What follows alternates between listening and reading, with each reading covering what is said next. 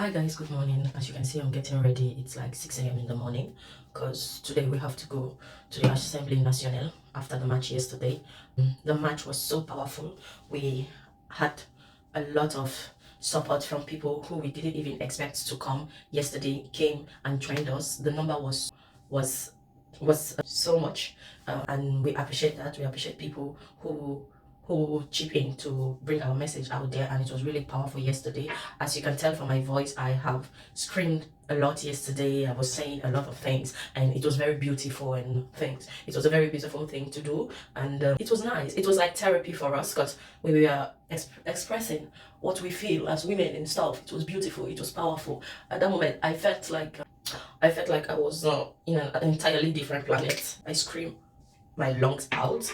And yesterday we also had people in the crowd who just came there to try to sabotage our manifestation. Je sais pas, ils sont bizarres en fait. C'est des oppositions, je sais pas, comme ça. Paris, c'était une ville très bizarre. Mais we did what we came to do. They heard what we were saying, and we said it loud as we can. Today we are going to the Assemblée Nationale. It's supposed to be around 8 to 8:30 because of where our hotel is located. We have to go earlier so that we can make it earlier, because by 8:30ish, 9 o'clock, they start to look at the list of people that are invited, that are supposed to go in. We need to go earlier for us to make it before the register is closed or something. I don't really get it because we are so much. There are a lot of things going on there.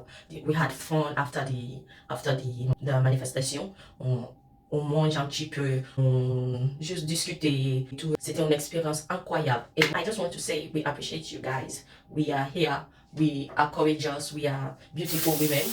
We are not going to give up because we are not going to just march one time and call it a quit. We are going to do other things to make sure we are heard through governments, not just in France or in Europe or in the Americans, but also in Africa. I'm here to advocate mostly for young girls in Africa, and have had an interview with Sherry, who is from SpaceX International, and I will be attaching it to my today's vlog concerning the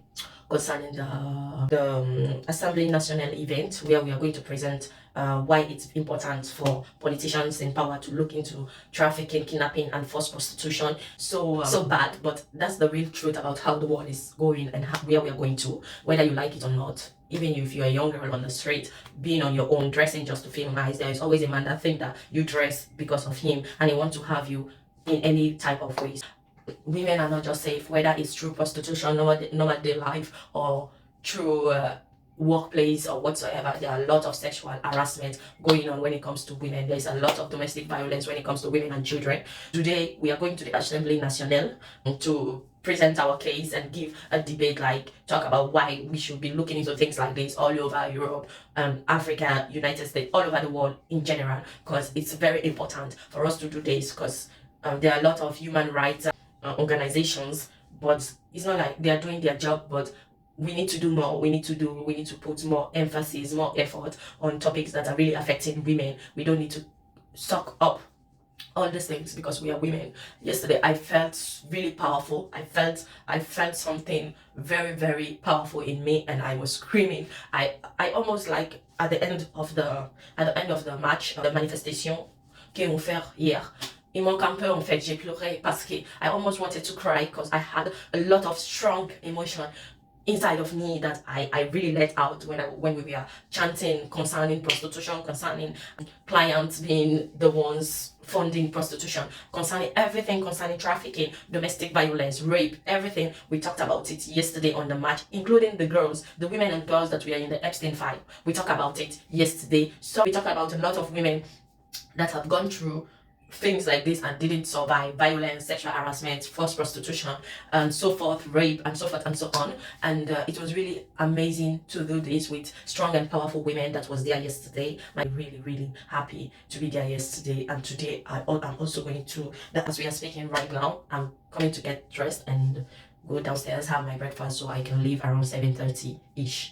So thank you guys. Follow me as we make this possible for women, as we continue to protect and fight for women, as we continue to stand our grounds as women. I'm a young adult using the internet to bring things that young people think that doesn't happen because we are so much into internet that we are far away from the reality. So I'm using my platform to advocate, to speak, to give my voice out there, to talk about things that matters the most. As young women, as young adults, as young people of this generation, we need to be very, very careful and attentive, because the world isn't a place for women. And as a young woman growing up, I think now is the best time for you to start doing your research on things concerning women, because you might say it doesn't concern me because it hasn't happened to me. But the truth is that whether one way or the other, you have been violated by a man without even knowing it, with you being clueless. But if you have read about it or try to learn about topic like this, try to get yourself involved into it, you will understand the difference of, oh, he's just being kind, and the difference of is actually taking advantage of you, whether you know it or not. So guys, I will see you later at the Assemblée Nationale. Let me try to get dressed. Take care of yourself. Ciao, à bientôt. Et nous devons aider à s'en sortir. C'est net. Les jeunes doivent être éduqués à la non-marchandisation du corps, à la non-aliénation de son corps, du corps d'autrui comme de son propre corps. Des principes simples, des principes de base quand on lutte contre les violences faites aux femmes. Mais 10 ans après, la réalité nous oblige aussi à constater les difficultés. Les difficultés pour appliquer le poids, le manque de moyens qui reste largement insuffisant, et notamment pour les associations qui accompagnent les personnes prostituées alors qu'elles font ce travail indispensable. Elles manquent très souvent de ressources pour permettre les débouchés en logement, en emploi, pour les parcours de soins. Les parcours de sortie, ils marchent. Ils fonctionnent vraiment. Et je vous donnerai tout à l'heure quelques chiffres sur les parcours de sortie à Paris qui ont permis à tant de femmes de sortir de la situation de prostitution. La prostitution, c'est une violence faite aux femmes, une violence faite aux enfants, une violence des marchés d'exploitation, une violence raciste, une violence patriarcale et même masculiniste. D'après les forces de sécurité, 30 à 40 000 personnes sont actuellement en situation de prostitution en France, mais je ne vais pas vous donner plein de chiffres parce que les oratrices vont le faire ensuite. Je veux vous dire par contre, et nous en parlerons aussi, que de plus en plus de mineurs, de jeunes et particulièrement de mineurs, sont concernés en France. Si la prostitution existe, c'est parce qu'il y a une demande. Tant que les hommes achèteront le corps d'autres personnes, le système prostitutionnel continuera d'exploiter les plus vulnérables. Le modèle abolitionniste reste donc une nécessité absolue. Une nécessité aussi de solidarité internationale. Et c'est pourquoi il est important aussi d'écouter les survivantes du monde entier et de pouvoir porter avec elles cette lutte féministe internationaliste. Il faut protéger les personnes prostituées, les accompagner dans les parcours de sortie, responsabiliser ceux qui alimentent ce système en achetant des actes sexuels. La prostitution, ça n'est pas une fatalité individuelle. Elle est souvent la conséquence de la précarité, des violences sexuelles dans l'enfance, mais aussi des migrations contraintes et des rapports de domination.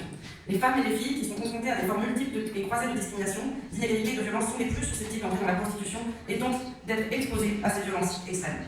Alors oui, je veux aussi ce matin saluer toutes les féministes, celles qui ont continué à refuser que le corps des femmes soit une marchandise et qui refusent la précarité, la violence, l'exil. Que cela soit une contrainte pour une femme dans le monde, c'est toujours une femme de trop. Merci beaucoup aux féministes qui portent ce combat international. I want to express my special thanks to CAP International for marking the 10-year anniversary of the French abolitionist law. We are reminded of what can be accomplished when we set our minds together. 1 month ago in New York, I was inspired by Minister Berger's speech at the UN Commission on the Status of Women. Minister Berger, you stated that history has seasons. There are quiet seasons when human rights seem solid and impose themselves as self-evident. And then come the stormy seasons, when lines are moving, terrorism and wars take hold, and demonstration of force take precedence over respect for the law. In an age of storms, such as the one we are facing today, you pointed to the temptation that arises to say that some principles can wait, that certain rights are not a priority, that some freedoms will be for later. This is how the setback begins. Gender equality is a Swedish core value, I would say. That means equal access to power and resources for women and men to have the same opportunities to shape society and their own lives. It also means freedom from violence and exploitation. The work against exploitation in prostitution and trafficking for sexual purposes is an integral part of Sweden's work to prevent and combat men's violence against women. Sweden was the first country in the world to adopt a legislation that criminalizes purchase, but not the same for sexual services. It was back in 1999. And at that time, it was controversial as well, you could say.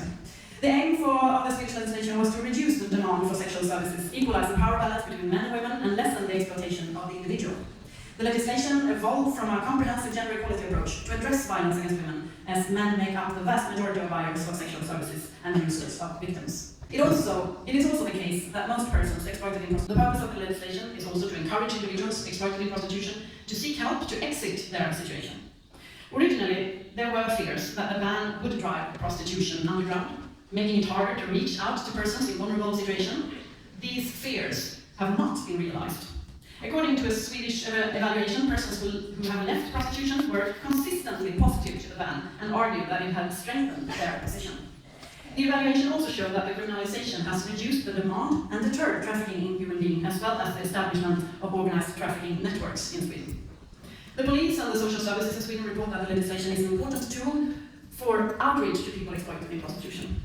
Criminalization has also proven to have a normative effect on society as a whole. In Sweden, the support for the ban on the purchase of sexual services, or nowadays sexual acts, is now substantial and widespread, including amongst survivor-led organizations. Decriminalization frameworks, on the contrary, have proven not only to multiply and increase prostitution, but also to normalize exploitation. Sweden is no longer alone in its approach to prostitution. We have a shared view with France, but also other countries are following. As of 2019, Sweden and France have a joint strategy to combat human trafficking for sexual exploitation in Europe and globally. And the strategy, which focuses on international cooperation in this area, aims to reduce the demand for girls and women in prostitution. And cooperation helps the exchange of best practices. Sweden has a lot to learn from the work being done here in France when it comes to, for instance, offering support for those wanting to leave prostitution. Our laws must also keep up, as there are no lines between our physical violence and crime today occur largely with the help of information and communication technology. Sexual exploitation is no exception. We all know how easily accessible escort sites or advertisements for sexual services are on the internet. A person who performs sexual acts and interacts with their audience via, for example, cam shows, may experience just as great vulnerability as in sexual acts that involve physical contact. Therefore, the purchase of sexual acts carried out remotely has been criminalized in Sweden. Faced with the growing backlash against gender equality at the global level, we must all intensify our efforts to make further progress and to defend the gains we have made. Minister Berger in New York, you also said that in the age of storms, every nation is faced with the question what they refuse to give up. And for France, the answer was equality, because it is not a comfort of quiet times, but a compass that guides in all weathers. Sweden is proud to stand together with France. Like lighthouses in the storm and provide guidance for those navigating the waves, we can shine a path of hope for our societies. Together, let us harness the winds to create a new momentum. Thank you. égalitaire en France. 우리는 오늘 성매매가 단순한 선택이나 거래가 아니라 여성의 삶과 정당을 침해하는 구조적 폭력이라는 사실을 다시 한번 분명히 하고자 합니다. Aujourd'hui, nous souhaitons réaffirmer que la prostitution n'est ni un simple choix, ni une transaction, mais une violence structurelle qui porte atteinte à la vie et à la dignité des femmes. Nombreux membres de notre groupe ont été soit catégorisés comme victimes selon la loi de protection, soit traités comme prévenus et punis selon la loi de répression. Le droit de l'homme où le contrôle, la violence, l'exploitation sont banalisés. Le corps de la femme y est traité comme un... Yes. It means prostitution is violence.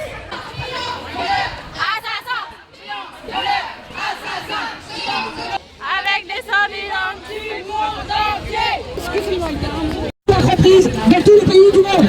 Good evening, Shelley. I just want to ask how you feel about the demonstration, the march today, and what are your intake and what are the plans of the future apart from the march? Because we are not just going to stop here. We need to do more for women and shine a light, bring awareness to the topic in general for women, traffic, and so forth. So what is your intake on this?